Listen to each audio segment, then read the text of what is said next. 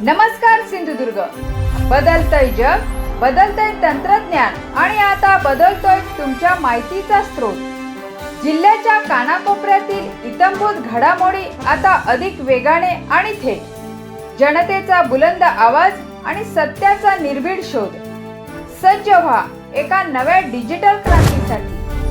सिंधुदुर्ग 24 तास.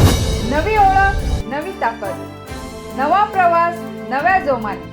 लवकरच. तुमचा विश्वास, आमची जबाबदारी. सिंधुदुर्गातील राजकीय वाद पुन्हा एकदा चिघळला आहे. माजी आमदार वैभव नाईक यांनी केलेल्या टीकेला आमदार निलेश राणे यांनी पत्रकार परिषदेत जोरदार प्रत्युत्तर दिले. आपले पोलीस संरक्षण कमी झालेले नसून ते कमी करण्याचा अधिकार पोलीस अधीक्षकांना नसल्याचे स्पष्ट करत संरक्षणाबाबतचे वक्तव्य हे वैभव नाईक यांचे अज्ञान असल्याचा टोला राणे यांनी लगावला. तसेच नाईक यांच्या घरातील 2 नगरसेवक निवडून आणण्यात आपला वाटा असल्याचे सांगत त्यांनी नाईक यांच्यावर निशाणा साधला. खरं तर सिंधुदुर्ग जिल्ह्यामध्ये अवैध धंद्यांचा सुळसुळाट गेले 2 वर्ष सुरूच आहे. परंतु कुडाळ मालवणचे आमदार निलेश राणे यांची खरं तर अनावश्यक असलेली सुरक्षा जिल्हा पोलीस अधीक्षकांनी काढून घेतली आहे आणि म्हणून त्यांच्या कुरबुरीचं हे खरं कारण आहे. आपण बघितलं असाल की एकीकडे डिझेल पेट्रोलसाठी लोक मरतायत, शेतकऱ्यांना डिझेल मिळत नाही आहे. एकीकडे मुख्यमंत्री उपमुख्यमंत्री सांगतायत की ताफा कमी करा म्हणून, आणि ह्यांच्या पाठीमागे 3 पोलिसांच्या गाड्या होत्या आणि त्या जर पोलीस अधीक्षकांनी कमी केल्या असतील तर त्याचा राग ठेवून आत्ताच यांना अवैध धंदे का आठवले आणि तुम्हाला एवढं संरक्षण कशासाठीच पाहिजे होतं असं माझं पहिल्यापासून म्हणणं होतं. आणि त्यामुळे तुमचं संरक्षण नाकारलं म्हणून तुम्ही पोलिसांवर आरोप करताय. आणि इतके दिवस तुम्ही झोपला होता काय, हा खरा प्रश्न आहे. आणि त्यामुळे नसलेलं संरक्षण, तुम्हाला गरज नसलेलं संरक्षण गरज पोलिसांनी दिलं हे चुकीचं होतं. आणि आता संरक्षण काढून घेतल्यानंतर तुम्हाला हा साक्षात्कार झालाय का? खरं तर लोकांना डिझेल पेट्रोल मिळत नाही, शेतकऱ्यांना डिझेल मिळत नाही, ह्याच्यासाठी तुम्ही बघितलं पाहिजे. तर डिझेल पेट्रोलसाठी जर पोलिसांनी संरक्षण काढलं असेल तर तुम्ही त्यांच्यावर आत्ताच आरोप करणं हे चुकीचं आहे. खरं तो ह्या पत्रकार परिषदेचा भाग नव्हता, पण माझ्यावर माझं नाव घेतलं गेलं म्हणून माजी आमदार वैभव नाईक यांनी असं काहीतरी सांगितलंय की माझं प्रोटेक्शन कमी केलं म्हणून मी हे दहीकरांवर हे सगळे आरोप करतोय किंवा जे काय. मुळात मला वैभवजींना सांगायचंय, माझं प्रोटेक्शन कमी झालेलं नाही. आणि पोलीस प्रोटेक्शन कमी करायची किंवा काढून टाकायची जे काय अधिकार आहेत ते जिल्ह्याच्या एसपीला नसतात. ते मंत्रालय, राज्य सरकार, गृह खातं कोणाला वाढवायची, सुरक्षा कमी करायची, ठेवायची हे राज्याचं गृह खातं बघत असतं. एवढं अज्ञान एका 10 वर्षाच्या माजी आमदाराला आहे हे मला ऐकून खरं वाटलं नाही.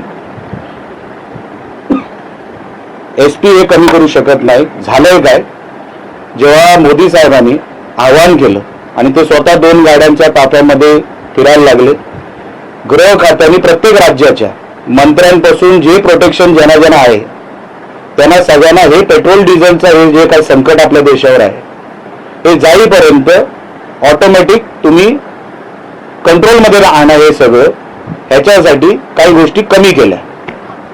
प्रोटेक्शन कमी केलं अशातला भाग नाही. आणि प्रोटेक्शन निलेश राणेला काही करून पाहिजे अशातलाही भाग नाही. मागचे 10 वर्ष माझ्याकडे एक कॉन्स्टेबल देखील नव्हता. मी मागच्या 10 वर्षामध्ये एकटाच फिरायचो. माझ्याकडे कसलंही प्रोटेक्शन नव्हतं. घरी एक आमदार होता तेव्हा, एक म्हणजे देशाचे आपले MSME मंत्री होते, केंद्रीय मंत्री होते, त्यांना प्रोटेक्शन होतं, मला अजिबात प्रोटेक्शन नव्हतं. आमदार झाल्यानंतर गृह खात्याला वाटलं तर त्यांनी ते दिलं असावं. आता तुम्हाला कोणाला आक्षेप असेल तर राज्याच्या गृह खात्याला आपण विचारावं. पण मला आश्चर्य वाटतं की त्यांना असं वाटलं की जिल्ह्यातून ही कारवाई होते की काय कमी करायचं प्रोटेक्शन. म्हणजे किती मोठे विद्वान आहेत. 10 वर्ष आपल्या कुडाळ मालवणचे आमदार होते. काय त्यांना बुद्धी आहे. पण ते अशातच असतात. ह्या चिंदीगिरीमध्ये त्यांचा वेळ जातो. मागच्या 10 वर्षामध्ये केसरकर साहेब मी काहीच नव्हतो, ते आमदार होते. आणि सन्मान्य विनायक राऊत हे खासदार होते. मी कधी तपासायला गेलो नाही त्यांच्याकडे सिक्युरिटी किती आहे. माझ्याकडे एवढी कामं होती करायला, मी कोणी नसताना. आणि ह्यांना तुम्हाला आठवत असेल, मागच्या जेव्हा ह्यांच्या घरात जे 2 नगरसेवक निवडून आले ना, नाईक कुटुंबातले, ते निवडून आणण्यामध्ये पण निलेश राणेचा खारीचा वाटा आहे.